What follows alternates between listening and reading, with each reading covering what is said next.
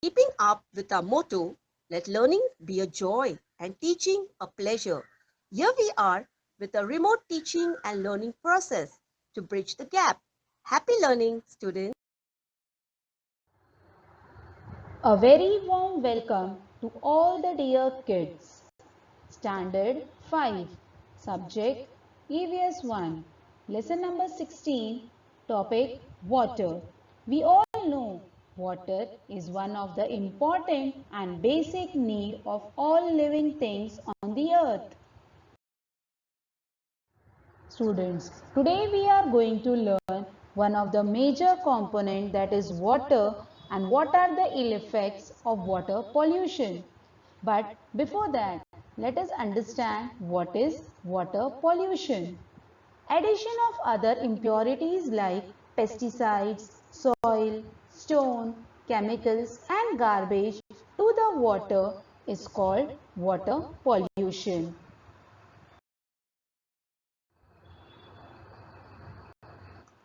When other substances mix with water, it becomes impure. Some substances float in water while some dissolve in it. Such water becomes unclean and muddy. Some substances that are harmful for living things causes water pollution. Students, if the substances that have got mixed with the water are really very harmful for the living beings, we say that the water has become polluted. Students, rivers, lakes are the sources of water, and these sources of waters, if get polluted, it is harm to the whole human life.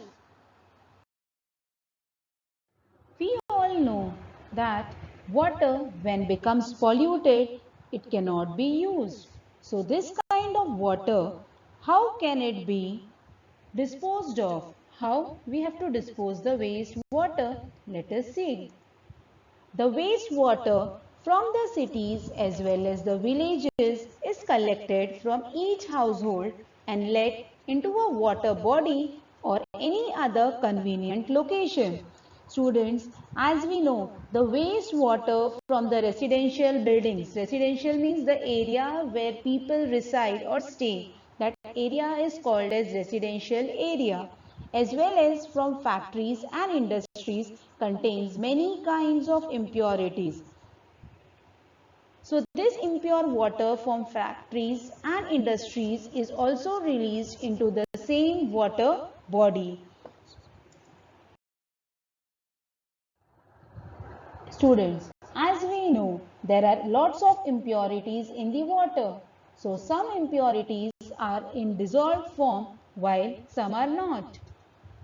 Sewage water contains disease-causing germs, and because of this, what happens is the water becomes polluted and it causes spread of various diseases.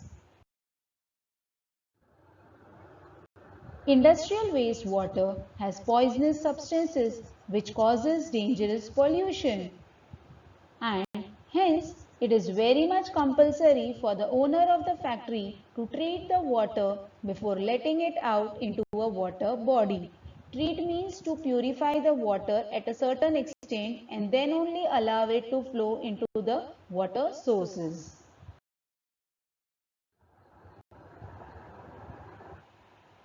Sewage and wastewater from cities and villages is processed for purification before disposing it into a water body. Flowing water of the river may get purified to some extent by natural processes, but if large quantities of impurities are dumped in the river water, it is a threat to aquatic organisms. Students, as we know, the river continuously keeps on flowing. So if there are certain impurities in the water or certain things present in the water, but when it keeps on flowing continuously, these unwanted materials are thrown on the banks of the river and it gets purified naturally. But if there is a large quantity of impurities that is put in the water, it is impossible to clean that flowing river water, as well as it is a threat to aquatic organisms.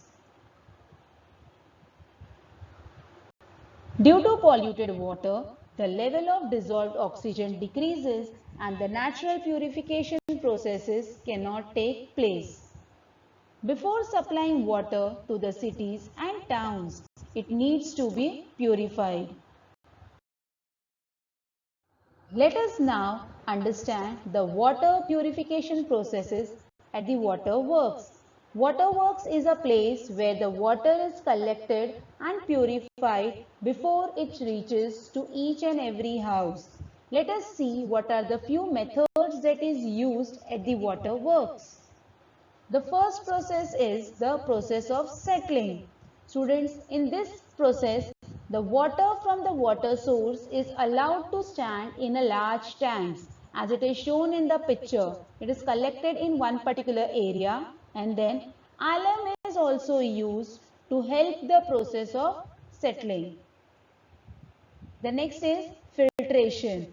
Water is filtered using a filtration machine. Students, here you can see in the picture the filtration machine.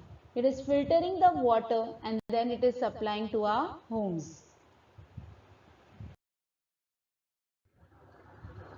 The next water purification process at the water works is the oxygenation. In the process of oxygenation, air and water are allowed to mix with the help of pumps. These causes oxygen from the air to dissolve in the water, that is to mix in the water. And the last is chlorination. Chlorination is the process where chlorine is mixed in the water to kill the germs that is present in it. Let us now learn about one of the natural disaster, that is the drought. Students, drought is a natural disaster which occurs due to the shortage of water in a particular area. Due to constant evaporation, the level of water in different water bodies decreases. The water bodies as well as land becomes dry. This condition is called as drought. The another natural disaster is the famine. Famine means extreme scarcity of food. Students, the condition of drought is one of the reasons for the natural disaster like famine to occur. As in the drought, the land becomes very dry, there is shortage of water, and because of this, the farmers are not able to grow any crops or food items in their farms. And because of this, there is an extreme scarcity of food. So this condition is called as famine. Humans and animals suffer due to lack of water.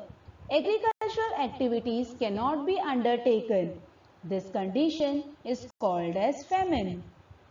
Famine is a natural disaster. Students, if any area is suffering due to famine, animals as well as people are moved to a safer place where they are provided with food grains and fodder. As you can see in the picture, animals along with the people are moved to another place. Students, in this condition, the government of our country or the particular place are taking lots of efforts and they are shifting the people from one place to another. In such condition, people living have to face a lot of hardships. Even the animals and plants suffer. The government temporarily moves people and animals from famine-stricken areas to a safe places where they can be provided with water, food grain and fodder. And specially for animals, fodder camps are set up to take a proper care of those domestic animals which are helping the human beings. Now, let us learn the new concept of water management. Let us understand what is water management. Water management means stopping or storing water or letting it percolate into the ground to make it available even after the rainy season. Students, the meaning of the word percolate is to absorb or to allow the water to seep into the ground. Once the water gets collected under the ground, it is available to us in the remaining months. We all are aware of it that rains come only once in a year. But managing this rainwater is necessary. By stopping the rainwater from flowing away, we allow it to percolate in the ground, which raises the groundwater level. To meet the whole year's need for water, rainwater must be stopped and stored. When the rainwater is stopped, it percolates into the soil. As the groundwater storage increases, trees get enough water. Wells too get water and the land can be cultivated. Students, let us see some methods to make rainwater seep into the soil, and they are as follows. The first is large dams are built. Students, wherever there is river, dams are built on it to store the water and make it available for the remaining months. Next is building smaller reservoirs of water. Reservoir means a small narrow place where we can store water and then later it can be used whenever required. The another method to allow the water percolate is by making the contour bunding on hills. As you can see in the picture, we have created steps. Now because of these steps, the rainwater flows down slowly, stopping the water of the smallest streams and rainwater by constructing bunds.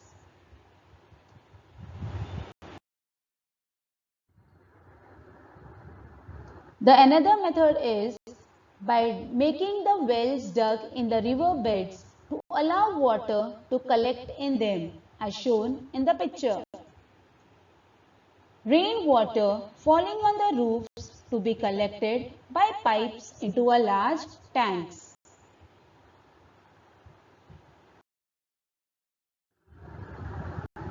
The next is making rainwater seep into the soil. Allowing or making rainwater seep into the soil, and in this way we are increasing the level of the underground water. Kids, all these methods are used in water management. In water management, steps are taken to ensure that rainwater remains available throughout the year. Students, in English we have learned a proverb, gain from rain. That means if we store the water of the rain, we will be gained from it. We will be using this water in various ways, because saving every drop saves life. So, the motto of every human being should be save water, save earth and save life. We will be meeting soon with another video of EVS 1. Till then, keep learning something new every day. Thank you.